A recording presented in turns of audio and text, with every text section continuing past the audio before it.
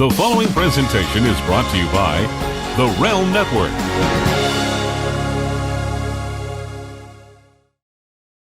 My name is Stevie Richards, and I'm the owner and founder of Stevie Richards Fitness.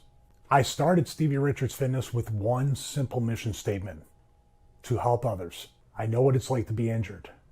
I know what it's like to be hurt. I know what it's like to be in pain each and every day of your life. I also know how to modify to overcome that pain, to overcome that discomfort, to overcome your injuries. And that's why I created the programs I did at Stevie Richards Fitness. Every single exercise has a modification. Everything can be successfully completed, no matter your age or fitness level. And that's what I infused in the 12 and 16-week resistance band training programs to pass along to you at an affordable, accessible price. Believe in yourself, because I believe in you, and I'm here to help you every step of the way.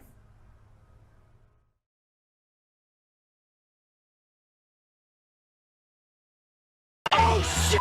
It's Vince Russo! Vince McMahon's best kept secret. I am the Antichrist of professional wrestling. David Arquette won the world title. I've got a wife, 3 kids at home, and I really don't need this shit. How can this show be so awful, Mr. McMahon? I didn't think it was. Viagra on a pole match. And Hogan, you big bald son of a bitch, kiss my ass. Judy Bagwell on a forklift match. McMahon, the family, the Rock, they screwed us all. Now you're the editor, right? Mankind did it! WWE, beat me! Goldberg steered Russo out of the cage. I'm from New York. I'll get downright nasty. This is Vince Russo's The Brand. Hello, everybody, and welcome to a bonus show. Today, you get 2 shows for the price of one right here on the Realm Network, russosbrand.com. You're going to get Castrating the Marks, and you are going to get a Money in the Bank review with myself and Mr. Jeff Lane. Just got done watching the show, bro. 3.5 hours. Jeff, did you survive, bro?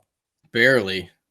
I looked at the clock. I was praying for a 3-hour finish, and then they're still thinking of all the matches that are left, and I'm like, man, this is going past 10:30, and it was almost, I think, 10:40 here by the time it finished, so about 3 hours and 40 minutes. That's just too long, man. I don't get it, Jeff. I don't get it. It's just way too long. We sound like a broken record, bro. We keep saying the same thing over and over and over again. But if you don't think 3 hours and 45 minutes is too long, bro, just listen to the crowd. They're just out of it, bro. There was nothing during the Kofi Kingston Kevin Owens match. The crowd is just burnt out, bro. And I mean, Jeff, for the life of me, I don't understand the psychology behind these long pay-per-views. No, and we'll see as we go into the results. They're not like the people that win the matches. It's like they win it for no reason. They're not getting built up. So they're just writing wrestling results, and they're putting on a wrestling show where people wrestle matches and they win or they lose. And there's even they did a really short match with Ray and Joe. They did a really short match with Roman and Elias, but somehow it still goes 3 hours and 40 minutes. These other matches are just way too long, especially when there's zero story for them. And that's the issue. The fans don't care because there's no reason to care who wins. Jeff, you know what it's like? You and I are both baseball fans, right? You know what it's like, Jeff? I'll tell you exactly what it's like because you just described it. Let me tell you what it's like, what you're talking about.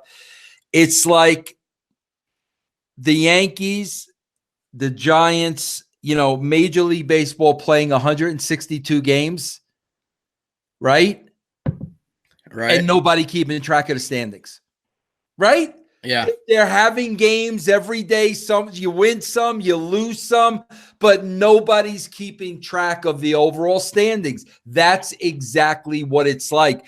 I mean, bro, you're not getting behind one person in any one of these matches. There's no story in any one of these matches. Whoever wins, who cares?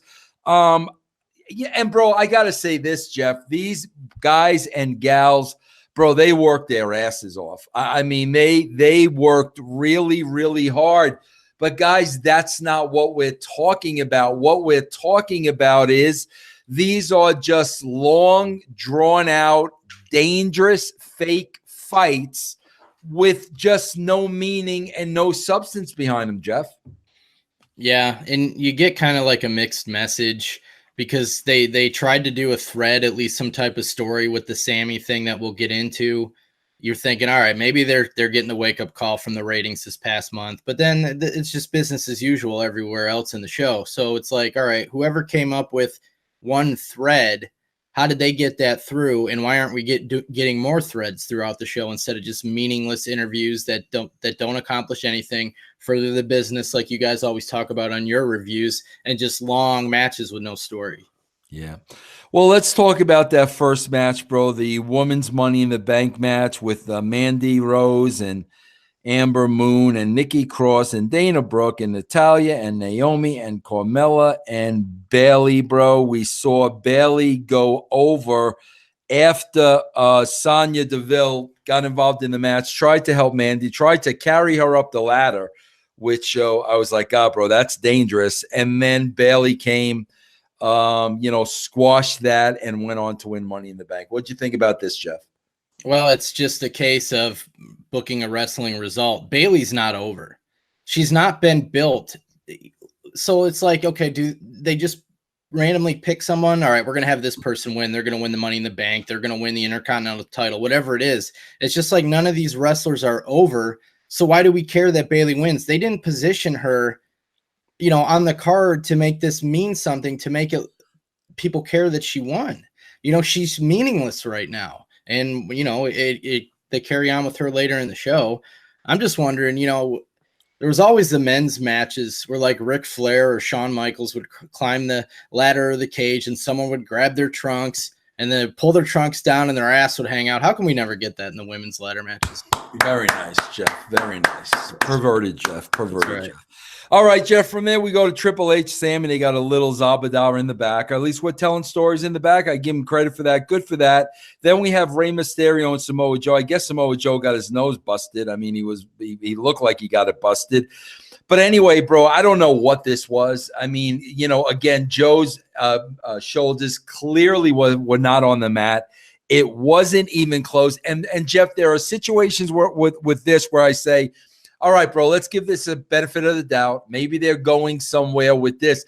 But, bro, this wasn't even close. Like, the referee would have had to be, Rudy Charles to count the 1, 2, 3. Like, this wasn't even close. So unless the ref gets fired or Samoa Joe kills the ref tomorrow, I mean, it wasn't even close. I'm going to give them the benefit of the doubt. Well, I have a theory on that because they did it 3 times in the night with the referees. Yeah. The referee had a botch in the Miz Shane thing, and then Becky's shoulders are down and the referee didn't count in that match. So there was 3 times that the blatant screw-ups by the referee. You remember at WrestleMania, there was the rumors that the referees got fined for screwing up the finish. Well, now we get 3 of them on the next show. It's either a storyline, they did it on purpose, or they're just doing it as a rib. Because there's no, I've never seen 3 like that in one show before. It had to have been on purpose. Well, this one was very bad, so we'll give him the benefit of the doubt. Then Joe got more heat on Ray. I thought he was going to do something with the kid, but he didn't. So what'd you think about this overall? Well, again, why do we care about Joe and Ray here? And why do we care about Dominic? There's no story. Joe never attacked the kid leading up to this. That would have made this mean something if somehow the kid was involved in the story and Ray had to win the belt, whatever it was. But, I missed how Joe got busted open. I didn't see it, but it's a really fast match. And you wonder, okay, was the point of that so Joe would just beat him up afterwards? Was that the time filler? It was just very confusing to me, especially when it doesn't matter the way they flip-flop these belts. Yeah. Then we had Shane and Miz. My notes here were, I mean, bro, they made Shane look like such a, stupid heel, bro, walk into the cage doors on his knees. Like what the frick? Like, you guys, come on. This is how you're booking Shane McMahon, where when his shirt came off and you see a guy this big, there's a good chance he could take the Miz. but they got Shane acting like a stupid heel, bro. Then like you said, bro, the ref breaking the count with the ropes. That was another botch for whatever reason. And then, Shane freaking no-soul that bump from the top of the cage. He turned right around and got something on the Miz. Shane over with coming out of his shirt. I don't know. I mean, again, guys, these guys are working hard. They're working their asses off, but I don't know, bro. I'm just watching this and I'm like, man, I would not be watching this if I didn't have to. Yeah, at the end of the match, you're like, okay, Shane won, but what's that mean? Like, you're just kind of sit there like, all right, now what? There's never any consequences unless there's a title on the line. They don't have that type of storytelling anymore. I thought the finish was creative, though. I've never seen that before because, guys don't normally wrestle in shirts. Yeah. So I've never seen that finish. So I thought that was creative. Yeah, no, it was okay. It was all right. Then we had a backstage segment, and somebody hung Sami Zayn. So we killed the cameras and this, that, and the other thing. I was glad to see Nigel McGuinness on color and Aiden English for the 205 Cruiserweight match, but it was Nice and Daivari. And I mean, bro, come on. Like, who gives a shit? I mean, no disrespect to either one of those guys. I know Daivari used to follow me on Twitter and doesn't anymore because I said, who gives a shit about 205? Well, whether he's following me or not, who gives a shit about this freaking division, bro? I mean, who cares? Well, he can't take that personal. He doesn't write and promote the show. People do that. I don't know why. Yeah. But if you don't watch 205 Live, you don't know anything that's going on with these guys. So, the crowd didn't give a crap throughout this match. They kicked out of all these insane moves, the entire thing. It's just, I don't know. This is not wrestling to me. I didn't care. Yeah. Then we had Triple H reprimanding Braun Strowman, accusing Strowman of doing that to Zayn and throwing Strowman out of the building. And Strowman went, no problem, bro. Even though he didn't do it, he said he didn't do it. Okay, I'll go. Well, yeah, that's the thing. The note I had was that it stopped right here. Yeah. I mean, I don't know if we're halfway through the show at all at this point. We might not even be. But from now until the reveal at the end, nothing happened. So they do a nice little setup here. They got a story going. We don't see Sammy after this. We don't see them trying to find a replacement for a match. We don't see Braun throwing a fit. We don't see anything continuing the story from this point on, and I thought that was a missed opportunity. Yeah. Then we had Lacey and Becky, and it was a brawl, and Lacey wounds up tapping out Becky. Bro, they were just major holes in tonight's show. And like, okay, bro, so here comes Charlotte. And now Becky's match with Charlotte is right after match. See, bro, now, again, this is something that should be followed up tomorrow. Becky should be having an issue with this. Do the McMahons not want the belt on me? Whatever the case may be. But, bro, you just know they never follow up anything the next day. So, again, this is a major hole. Why is Becky and Charlotte booked next unless they follow it up? Then basically Lacey comes out, screws Becky. That wasn't the finish because Becky kicked out, but then Charlotte covers Becky and Charlotte wins the SmackDown title. Then Lacey and Charlotte get heat on Becky. Bayley comes out, makes the save. Bayley gets a little heat on Charlotte, tells the referee she's cashing in the case. And Bayley winds up beating Charlotte to become the SmackDown champ. Yeah, I had similar notes to what you said about that second match happening right away. Becky's just going to take Charlotte's word. Okay, the match is now. Well, I mean, you got to look at this if you're writing this as a realistic show. There's a schedule made out. They know when their matches are. So if Becky's second match was next, the character of Becky Lynch would have known that. Would the character of Becky Lynch have just Charlotte's like, hey, we're wrestling now. Okay, we're going to wrestle now. And Corey Graves tried to, I don't know if he was trying to cover. He was trying to explain it logically on commentary. Made no sense. So I don't know. I don't get that stuff. And then Bayley, she lets Charlotte sit there for how long looking at the briefcase. Like, it's so cheesy. Looking around, looking at the briefcase, looking at Charlotte. I mean, if seriously, you realistically, if this was real, you'd cash that thing right away in because she's down and out. Why are you going to let her sit there and recover for 10, 15, 20 seconds? This was such a missed opportunity, bro, because what I would have done is I would have had Becky. I would have had the two girls, Lacey and Charlotte, getting heat on Becky. I would have had Becky down down selling. I would have had Bayley come out, toss Lacey, get heat on Charlotte. Now Becky and Charlotte are both down in the ring. She's looking at Charlotte. She's looking at Charlotte. She tells the referee to cash in the case, and she pins Becky.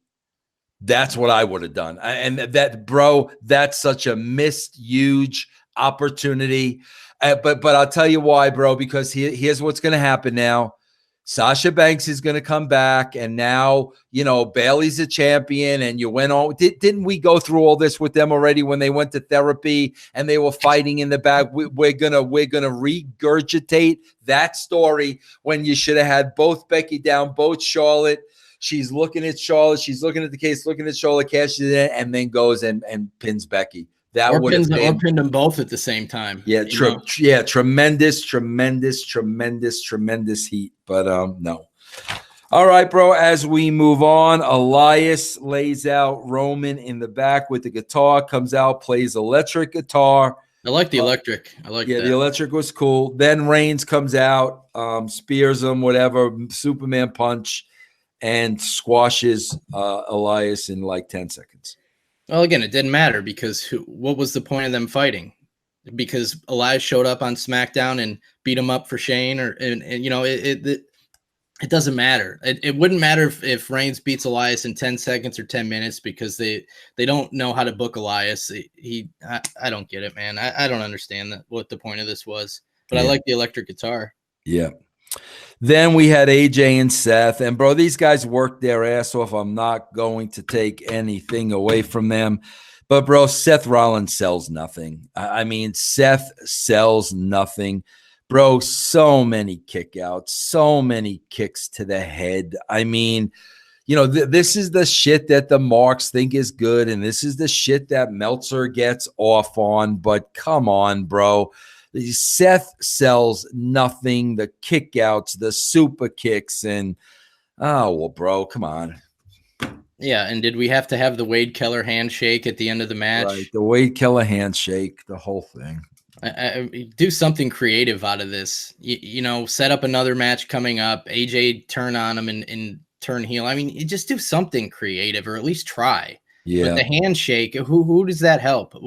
What is that? Is that they think that gets AJ over? Yeah, it's the Ring of Honor bullshit that the marks pop for. Yeah. Lucha House Party got killed by Laws, bro. How did he get busted open? I didn't see that either. I missed both of them, him and Joe. I have no idea how he got busted open. Kofi and Owens, that the people were absolutely dead for. Dead for this match. Guys worked hard, bro. They busted their ass, but at this point the crowd's out of it. Again, bro, a lot of kickouts. Kofi over with another kick to the head. Bro, there are so many kicks to the head on this show. So many freaking kicks to the head, because I can't tell you how many were in the main event. But what you think of this match, Jeff? Well, no different thought than Rollins and AJ. No, there wasn't a handshake at the end, but they didn't protect Kevin Owens. There's never any stories to protect the people that lose or some screw job finish. I was just wanting to see Xavier Woods come out and turn on Kofi just for something different and join with KO, after all. I don't know. It's very just, okay, here's a winner, here's a loser. Let's move on to tomorrow night. And it's just not Jeff, it's the same thing, because I'm watching this thing at the end and I'm saying, my God, what's that kid's name? The guy, the Page guy? The Page guy. The guy, Kofi's buddy. Oh, Xavier Woods? Yeah, Xavier Woods. I'm saying to myself, oh my God, is he going to turn on Kofi right here? But they do nothing like that, bro. They do nothing. The Bayley thing, the handshake, the no turn here, like there's nothing, bro. There's nothing. Give me one thing. Just give me one thing, bro. Let Woods turn on Kofi there, whatever. Give me one. He burnt the pancakes, bro, whatever. Give me one freaking thing, bro. Yeah, I remember when it used to be written where the big shows would also leave you teases for Raw. I can't wait to watch Raw tomorrow. Yeah. What did they do on this show? Mick Foley's going to have a new title. Well, that's great. They already have like 15 titles and none of them are over. So what's another new title going to do? Like they just really don't do anything to get you to the next show. Yeah. Then, bro, we got to the main event, the Money in the Bank, Baron Corbin, Finn Balor, Ricochet, Andrade, Ali, McIntyre, Orton. Again, bro, these guys work their asses off, bro. Their bodies have to be killing them. The stuff they put each other through, they did everything freaking imaginable. But, bro, at the end of the match, Brock Lesnar comes down. Okay, bro, there's the big surprise of the night. Great, but he must be the 8th man in the match. Like, how? Yeah. Like, what? Why would an announcer even say that? What happened to make you think he's the 8th man in the match? Like, why would you even say that? Yeah, because he hung up Sami Zayn. That means he takes his spot. Is that how it works now? You know, back in the day, we would have seen Vince McMahon talking to somebody that you can't see. All right, you're in the match. You know, who's he talking to? Who's going to be in the match? They replace Sami Zayn. So it makes sense. But yeah, how does it make sense that Brock can just come out and he's in the match? Will they explain that, tonight on Raw? Maybe, probably not. But even if they do, they could have made it make sense here. So then you're anticipating that somebody's supposed to be in the match. And then throughout the whole match, you're like, who is it? Where is this guy? I thought there's supposed to be an 8th man, Triple H or Vince has a replacement. You gotta, I don't know. It made no logical sense, but I'm already reading and this cracks me up. This is the thought of the internet wrestling, Mark. They're already getting PO'd because these guys busted their ass. Oh, and then Brock just came in and won at the end and stole their spotlight. I know it's not our audience that thinks that way. And these people probably aren't even listening to it, but those people, they don't get it. They just don't get it. It's not whoever works the hardest should win the fake match. Nobody's winning. It's a story. The story was Brock was the surprise, even though it made no sense. But that was the story, and he won the match. So these people upset that these guys worked for 20 minutes and none of them won the match. It just cracks me up. It's ridiculous. Bro, what about Corey Graves' line? This is the Walking Dead with ladders, bro. I missed that one. One thing I got to say, bro, because I'm dying towards the end of this. Bro, there comes a point when I just start dying, okay? And I got to tell you, bro, I don't know how Michael Cole kept his energy through this whole thing. And I've got to give Michael Cole credit, bro. He kept his energy through the whole entire thing. And, like, I was dead. I don't know how he does it, bro. Bro, they rotated him, so that probably helped. He only did half the show. Did he really? Well, maybe that's why. Yeah. But bro, they gotta work with that Renee. They've got to work with her. I mean, she doesn't add anything, and I'm not blaming her, bro. Either produce her or get her off color. I mean, one of the two. But you got to tell me, what is she adding besides being a woman? I mean, my God, bro, like you watch MLB Network and there are about 3 or 4 girls on there. Bro, these freaking 3 or 4 girls hold their own with former Major League Baseball players. I look at Doris Burke in the NBA. Right. Bro, with Susan Waltman, with the Yankees bro. Radio, the girl on Sunday Night Baseball. What's her name again? Mendoza? What's her face? Jessica. Bro, they're holding their own with former players. I mean, you got to help this. I don't understand it, bro. Like, she's there because she's a woman? No, bro, that's not good enough. She has to have just as much insight as the men. And, bro, it's plausible that she does. It's plausible that she does because she's married to a wrestler. So it would make sense that she does. But you got to freaking produce this girl, bro. Yeah, and she's obviously talented, and because when they do those panels, and she was on those panels, she was always very good on those. Yeah. It's almost like they just rushed her through because they wanted to be the first to be able to say we put a woman on the commentator. Yeah, with the women's evolution thing, instead of training her properly. Yeah. But again, guys, these are they're all matches. There's no story. There's no stakes. There's no who cares who wins. I mean, who cares? I mean, that just who cares, bro? You know? Yeah, and what I would just like to see, you know, I wish we could see, but I don't know if they reveal those numbers. But did this Money in the Bank? How many people watched it compared to last year's Money in the Bank? You know, I don't think they published those numbers, but I would, you know, how we look at the Raw compared to last year and it's down 30% or 25%. I wonder if it's affecting these shows or not. Yeah, especially with Game of Thrones on tonight, bro. Forget it. You know what I mean? Forget it. All right, that's it, Jeff. Anything else you want to add? No, and that's sad that this was a, 220-minute show and this is all we can talk about it. You know, that should tell you something right there. Yeah. You know, guys, it's just like Raw. There's long matches and 50-50 booking and nobody's over. And I don't know what's making you watch Raw tomorrow because Brock Lesnar has the Money in the Bank. Who cares? So what? Brock Lesnar can have a match with Finn Balor or Seth Rollins? Yeah, Kofi. No, not Finn Balor. Who's the other one? Kofi? Yeah. Like that. I care about either one of those. I care about Brock Lesnar and Seth Rollins or Brock Lesnar and Kofi Kingston. Like, seriously, bro, that's why I'm tuning in? Yeah, and the Brock stuff is so stale because it's the same thing every year. You never see him. He comes back, wrestles a match. They say the same thing. It's just, it's old at this point. You know, You get tired of seeing the guy because they don't do anything different with him. Yeah. All right, Jeff. Well, listen, we gave all our plugs during the Castrating the Marks. Castrating the Marks. I just do want to remind people because it is Monday. There's going to be a brand new Truth with Consequences, 3 a.m. It's going to drop. It's going to be all about why Matt Kuhn is leaving the show. I got 2 more shows with Kuhn. Then starting in June, Jeff is going to take over Patreon. Me and Jeff are going to do a lot together on Patreon.